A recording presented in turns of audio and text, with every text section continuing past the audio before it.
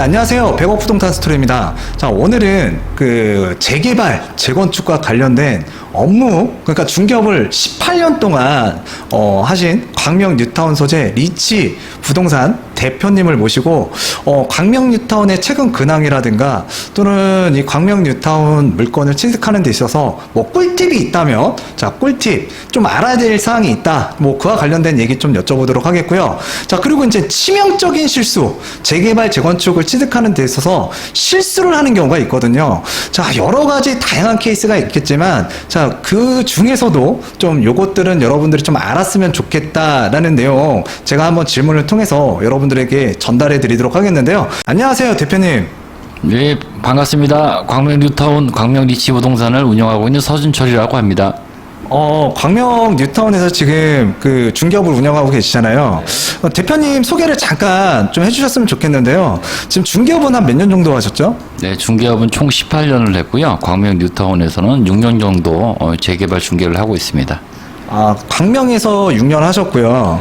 재개발, 재건축을 전문으로 하시는 거잖아요. 네네. 그러면 지금 한 18년 정도 중개업을 하셨다고 했는데, 그 전에는 어디에서 이 중개업을 하셨습니까? 네, 2003년도부터 그 마포구 아이언 뉴타운 쪽에서 중개한 경험이 있습니다. 마포에서? 그럼 마포도 재개발, 재건축이 굉장히, 그러니까 재개발이 굉장히 많이 이렇게 있었던 지역이죠. 거기에서 한 12년 정도 경험이 있으시다. 그럼 재개발, 재건축과 관련해서는 뭐 거의 베테랑이신데, 오늘 조금 제가 좀 여쭤볼게요. 지금 최근 광명 뉴타운 뭐 근황, 흐름이 어떻게 지금 가고 있습니까? 네, 최근에 뭐 양도세 중과 때문에 5월 말까지 금매 위주로 거래가 됐고요. 2월 이후로는 조금 소강 상태를 보이고 좀 있는 상태고요.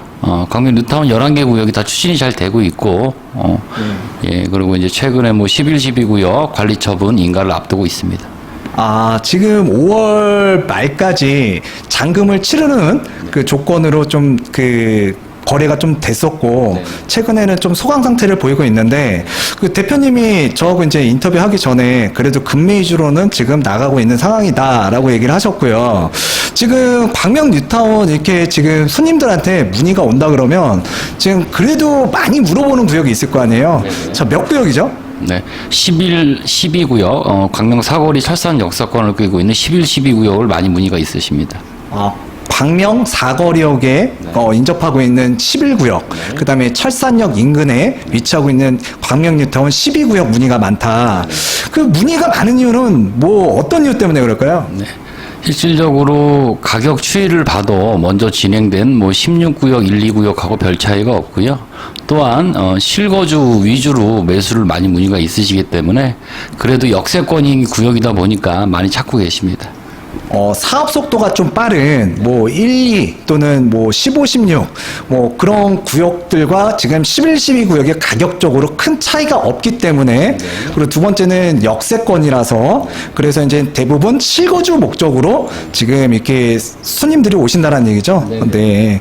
지금 광명 뉴타운 11구역, 12구역, 이제 11구역부터 물어보도록 하겠는데요. 지금 84타입 프리미엄이 지금 어느 정도 가고 있죠? 11구역은 84타입 기준해서 6억 3천에서 6억 5천 피 정도 형성이 되어 있습니다. 5구 타입은 어떻게 가죠? 5구 타입은 4억 8천에서 5억 피 정도 형성이 되어 있습니다.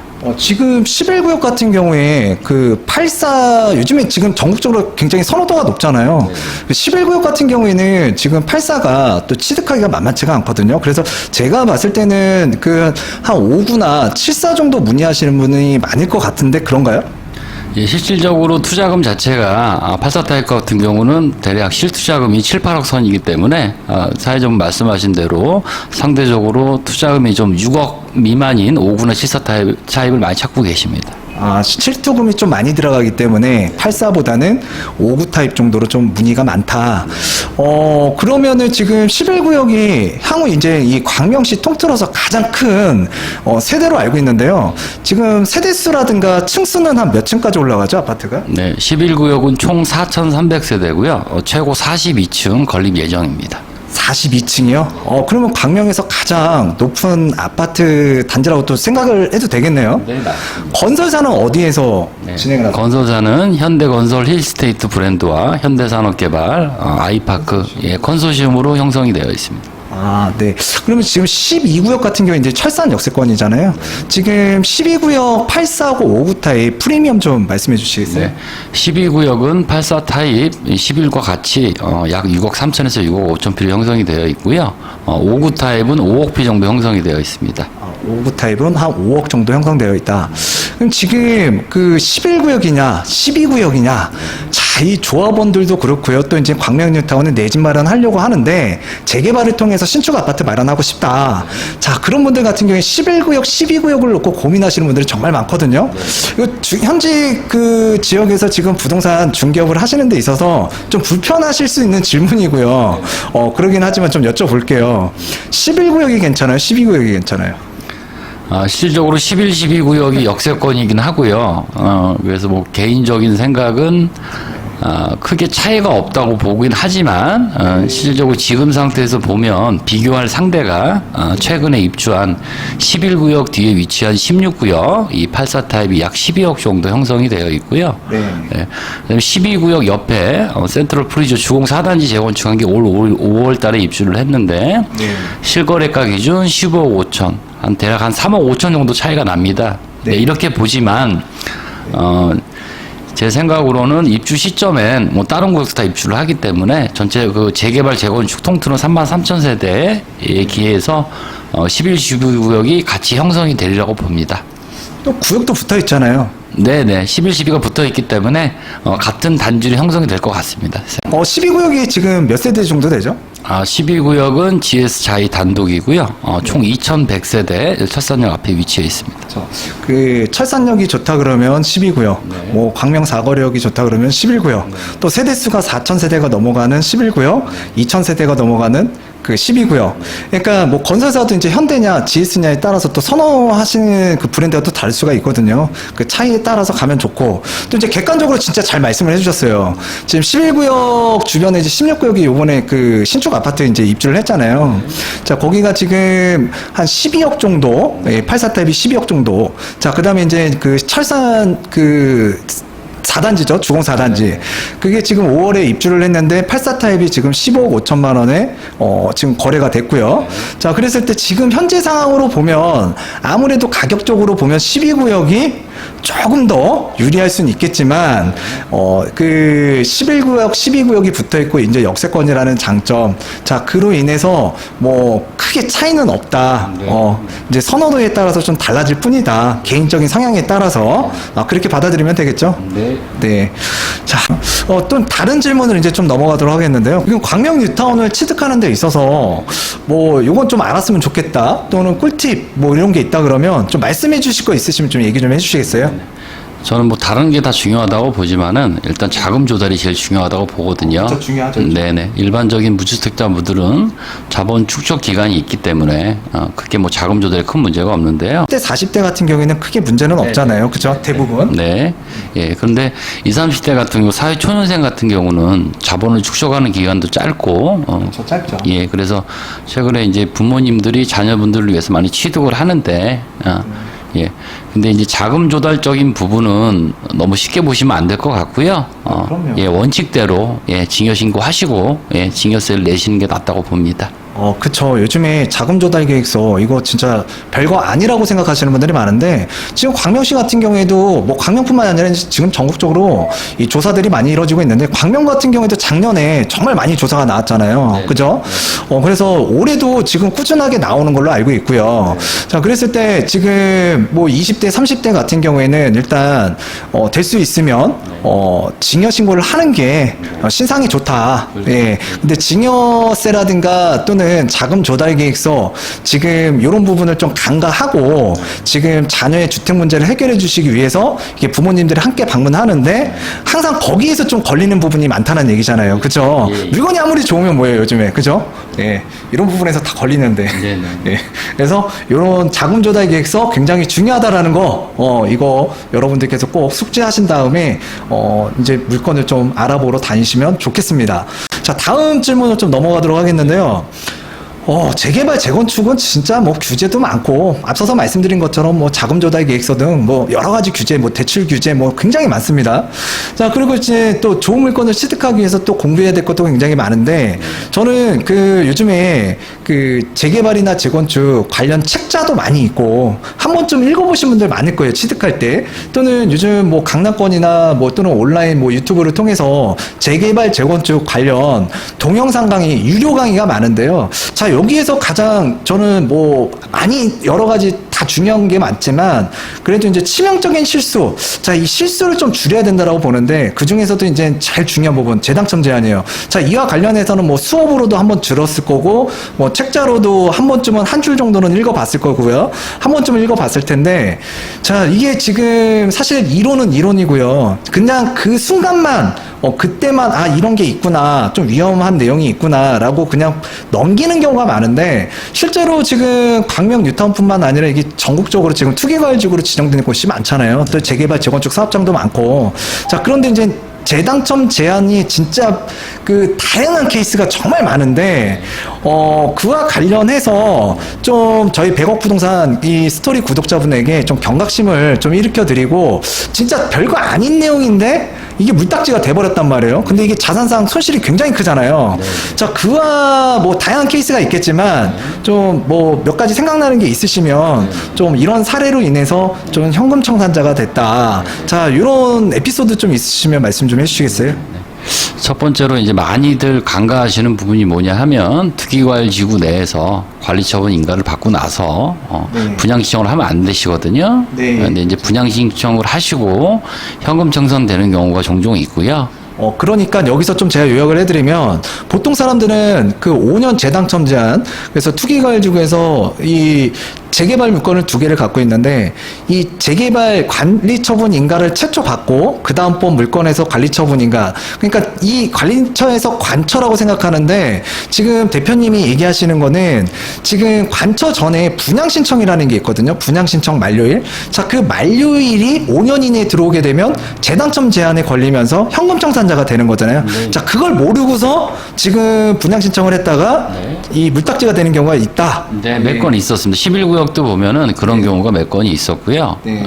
그래서 지금 아까 사회자분이 말씀하신 대로, 그러니까 분양신청 마감일 전까지는 분양신청을 하시면 안 되고, 그 안에 매도를 하셔서 새로운 매수인이 분양신청을 하게끔 하시면 문제는 없을 것 같습니다. 그렇죠. 근데 그런 부분들을 몰라서 이제 현금 청산되는 경우가 발생이 되기도 하고요. 자, 그다음에 또 뭐 다른 사례 또 하나 있잖아요. 네. 우리가 많은 이야기를 나눴지만 그 중에 좀 생각나는 거. 네, 다른 경우는 이제 광명 같은 경우에 광명 4구역과 11구역이 있는데요.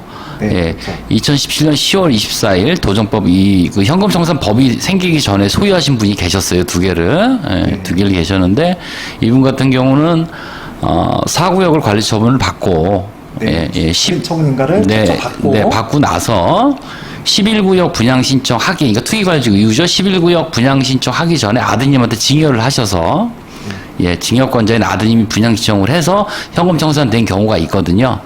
그런 케이스 같은 경우에는 지금 증여도 계약이잖아요. 네. 그러면 이제 소유권자가 바뀌는 거죠. 네. 자, 그런데 왜 현금 청산자가 됐을까요? 4구역 관리처분 인가를 받을 당시에, 예, 아드님도 동일 세대원으로 같은 세대원이었었기 때문에, 예, 아드님도 당첨된 거로 이제 본 겁니다. 예, 보고 나서 당첨을 받고 나서 증여를 했지만 다른 사람이지만 동일 세대원이 당첨이 됐기 때문에 11구역 분양 신청을 하고 바로 현금 청산이 된 겁니다. 그러니까 지금 종합적으로 말씀드리면 4구역 관리처분 인가를 받을 때, 그러니까 부모와 자식이 동일 세대원이었어요. 그죠? 네, 맞습니다. 그리고 나서 그 이후에 부모가 자녀에게 증여를 했는데, 이것도 계약이거든요. 근데 자녀가 동일 세대원일 때 관리처분을 받았기 때문에 사실 아들이 이 11구역 분양 신청을 할 경우에는 이 재당첨 제한 이 5년 안에 걸려 들어가는 거죠. 그죠? 네. 예, 예. 이렇게, 진짜 어이없게 네. 현금 청산되는 케이스가 또 있고요. 네네네. 구제 되나요? 그래서 현실적으로 11구역에서는 그런 분들이 지금 행정소송 중이긴 합니다. 이 분양권 자격에 네. 대해서.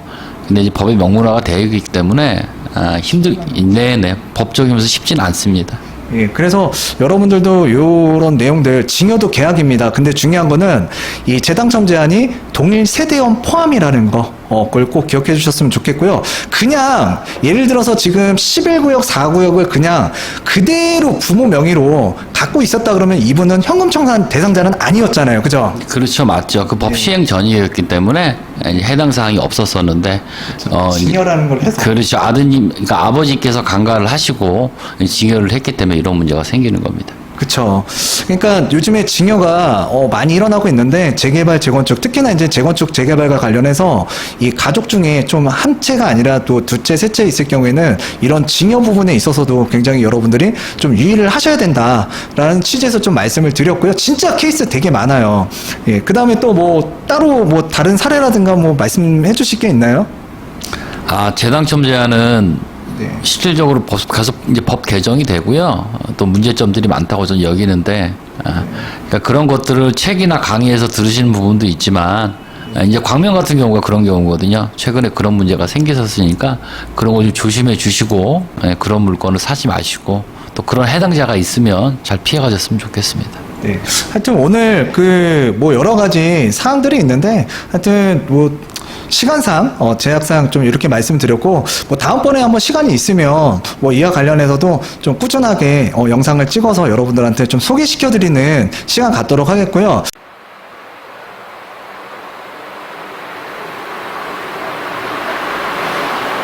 광명 뉴타운 리치 부동산의 서준철 대표님과 이야기를 나눠봤는데요. 마지막으로 우리 100억 부동산 스토리 구독자분에게 뭐 해주실 말씀이라든가 당부의 말이라든가 뭐 오늘 좋은 얘기 해주셨으니까 좀 뭐 부동산 PR 하셔도 좋고요. 네. 예, 저는 뭐 다시 한번 말씀드리지만 광명 뉴타운 11구역에 소재하고 있는 광명 리치고요. 예. 네. 뭐 이론적인 거나 이런 부분들은 여러분도 많이 아실 것 같고요. 제가 18년 동안 현장에서 실무적으로 다 겪은 부분들이 있고 앞으로도 겪고 있으니까요. 궁금하신 사항이 있으시다고 하면 언제든지 연락 주시면 뭐 충분히 제 짧은 지식이나마 답변해 드리도록 하겠습니다. 예. 감사하다는 말씀 드리도록 하겠고요. 이게 사실 우리가 책이라든가 또는 이 강의에서만 듣는 내용, 이것도 굉장히 중요한데, 실질적으로 현장에서는 굉장히 민감하게 움직이거든요. 근데 이게 분명히 여러분들도 이제 부동산 여러 군데를 또 방문 많이 하실 텐데, 이게 또 뭔가 여러분들이 이제 실행을 하실 때에는 또 막상 알고는 있지만 뭔가 궁금하기도 하고 또 이제 실행을 하는 데 있어서 굉장히 또 소심해질 수도 있고 우유부단해질 수도 있거든요. 또 이제 부동산을 방문해 보면 그 중개사분이 또 해결해 줄 수 없는 부분들도 분명히 많을 거예요. 근데 이제 재개발, 재건축만큼은 여러분들께서 어느 정도 좀 공부를 하실 필요는 있겠고요. 그 다음에 이제 이 어느 중개사를 또 만나느냐에 따라서 여러분들의 그 자산이 진짜 뭐 성장할 수도 있고 진짜 말 그대로 이 물딱지가 되면서 현금 청산자로 또 전락할 수도 있는 부분이 있거든요. 뭐 하여튼 오늘은 이쯤에서 내용은 마무리하도록 하겠고요. 다음 시간에도 유익한 영상 올리는 백부스가 되도록 하겠습니다. 감사합니다. 감사합니다. 네. 형 여기 어디라고? 종루봉.